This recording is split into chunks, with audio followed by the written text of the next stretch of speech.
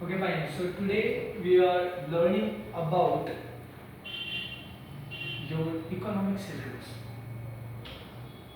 अभी है ना, तुम लोग कितनी मेहनत करने के बाद तुमने तुम्हारा 10th क्लियर किया, मतलब भले से अपने दम पे क्लियर किया, बाजू वाले के दम पे क्लियर किया, किसी के भी दम पे क्लियर किया, बट बहुत मेहनत लगती है। और इतनी ज़्यादा मेहनत के करने के बाद तुम लोगों ने अपना 10th को क्लियर कर लिया। गलती से तुम लोग जो 11th में आ गए हो, तो हमको ये तो मालूम पड़ना चाहिए ना बॉस, हम लोग 11th में करने क्या वाले हैं, 11th में कौन कौन से सिलेबस है। तो अभी मैं तुम लोगों को पहले ये बताऊंगा कि 11th में तुमको कौन कौन से मेन सब्जेक्ट्स हैं। सो जब कभी भी हम लोग 11th के मेन सब्जेक्ट्स की बात करते हैं, उसमें सबसे टॉप पे एक नाम आता है इंग्लिश, उसके बाद आता है हिंदी, हिंदी के साथ में ऑप्शन में रहता है आईटी, मराठी। फिर नेक्स्ट सब्जेक्ट आते हैं हमारे पास ओसी, एसपी, बुक कीपिंग,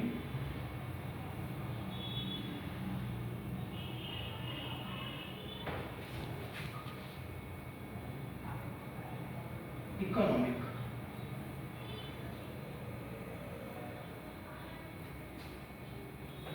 और एक जो हमारे पास ऑप्शनल सब्जेक्ट होता है उसको हम बोलते हैं ईवीएस। अगर आप ध्यान से देखेंगे तो हमको यहाँ पे ये पता चलता है कि हमारे पास 11 सब्जेक्ट में पढ़ने के लिए ये 6 सब्जेक्ट हैं और एक ऑप्शनल सब्जेक्ट है जो है ईवीएस।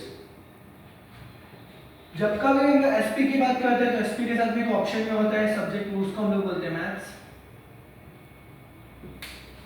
तो टोटल हमको इतने सब्जेक्ट्स देखने, बच्चों के दिमाग में ना सबसे पहला क्वेश्चन ये आता है, सर हम लोग ये क्यों पढ़े, हमको क्या जरूरत है ये सारी चीजों को पढ़ने की। सही जवाब है और सही सवाल भी है। इसका सही जवाब ये है कि हर एक सब्जेक्ट का अपना एक अलग रोल है। अभी देखो, हम लोग इंग्लिश की बात करेंगे तो हम लोग ऑलमोस्ट 10 to 12 ईयर्स से इंग्लिश पढ़ते आ रहे हैं, मतलब सीनियर केजी, एलकेजी वो सब मिला ले तो 10 to 12 ईयर्स हम लोग इंग्लिश पढ़ते आ रहे हैं। और हम सबको पता है हमारी इंग्लिश कितनी अच्छी है, मतलब एकदम टॉप लेवल की इंग्लिश बोलते हैं हम लोग। हाँ एग्जैक्टली, एकदम टॉप लेवल की इंग्लिश है हमारी। अब वो जो अपनी इंग्लिश है ना, वो इंग्लिश को हमको थोड़ा और बेहतर बनाना है 11th और 12th में पढ़ के, बिकॉज हमारी गवर्नमेंट ऐसा सोचती है, हमारी गवर्नमेंट ऐसा सोचती है कि 12th के बाद बहुत सारे बच्चे जॉब ज्वाइन करते हैं, फिर चाहे वो पार्ट टाइम जॉब हो या फिर फुल टाइम जॉब। तो जब 12th के बाद बच्चे जॉब ज्वाइन करते हैं ना, तो इंटरव्यू है ना इंग्लिश में होता है।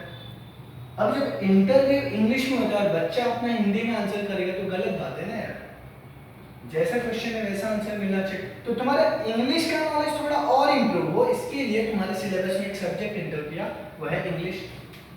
तो हमको ये समझ गया कि हमारे सब्जेक्ट में इंग्लिश क्यों एंटर किया। फिर जो सेकंड सब्जेक्ट है वो है हिंदी। हिंदी इसके लिए because it's our national language, मातृभाषा है, मदर टंग है। सर फिर उसका ऑप्शन है आईटी। क्यों?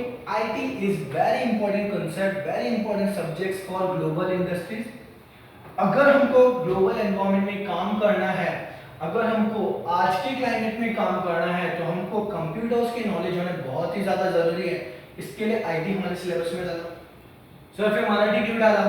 मराठी इसके लिए डाला बच्चा बिकॉज मराठी हमारी राष्ट्र की भाषा है। हमारी जो महाराष्ट्र है, हमारा जो राज्य है, हमारे राज्य की जो मातृभाषा है वो है मराठी। सी इंडिया की मातृभाषा हिंदी है, बट हम जब अपने राज्य की बात करते हैं, अपने महाराष्ट्र की बात करते हैं, तो यहाँ की जो मुख्य भाषा है वो मराठी है। इसके लिए मराठी हमारे सिलेबस में।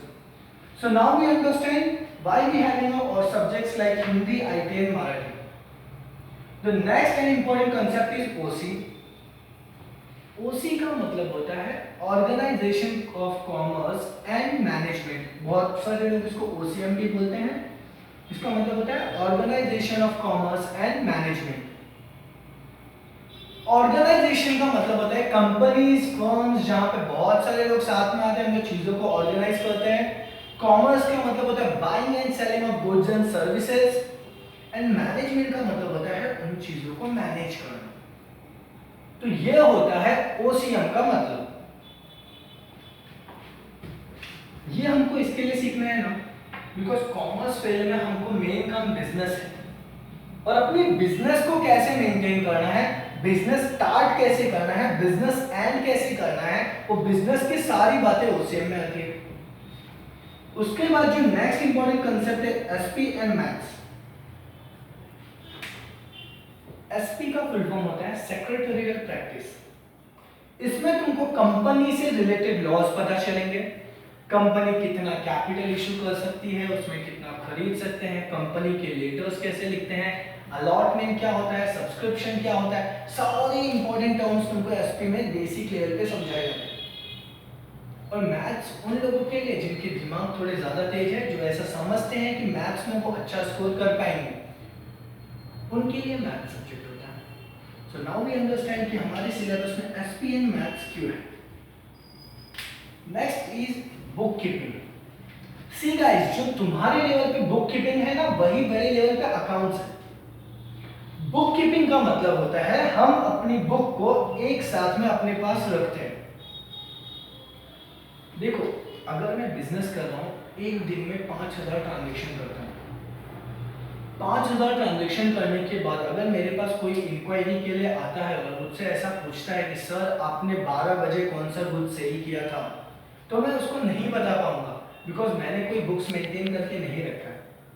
बट वही उसकी जगह पे अगर मैं कोई एक प्रॉपर बुक्स मेंटेन करके रखूं, अगर मैं कोई प्रॉपर बुक्स मेंटेन करके रखूं, तो फिर मैं उसको इजीली बता सकता हूं कि कौन से दिन कौन से टाइम पे मैंने कौन से गुड्स को सेल किया था। So this is the important concept about book keeping.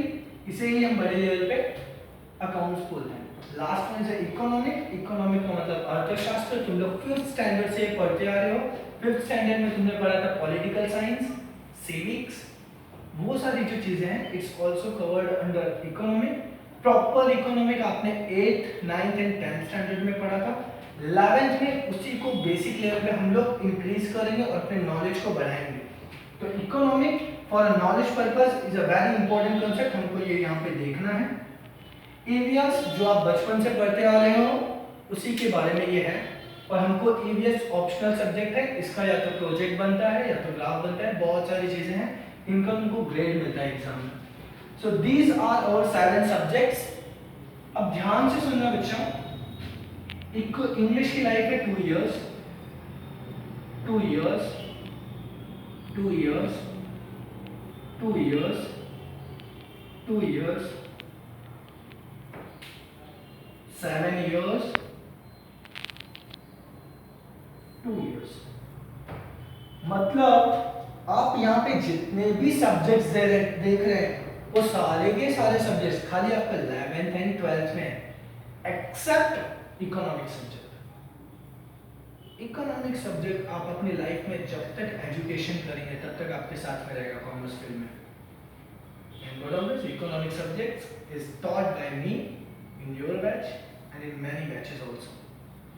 I am teaching to you and I have also taught many other batches in past. तो मैंने जो चीज़ एक एक्सपीरियंस किया है ना, बच्चों के लिए जो सबसे टफ सब्जेक्ट होता है ना वो इकोनॉमिक होता है, एंड उसी के बारे में हम लोग आगे नेक्स्ट लेक्चर में देखेंगे। Thank you.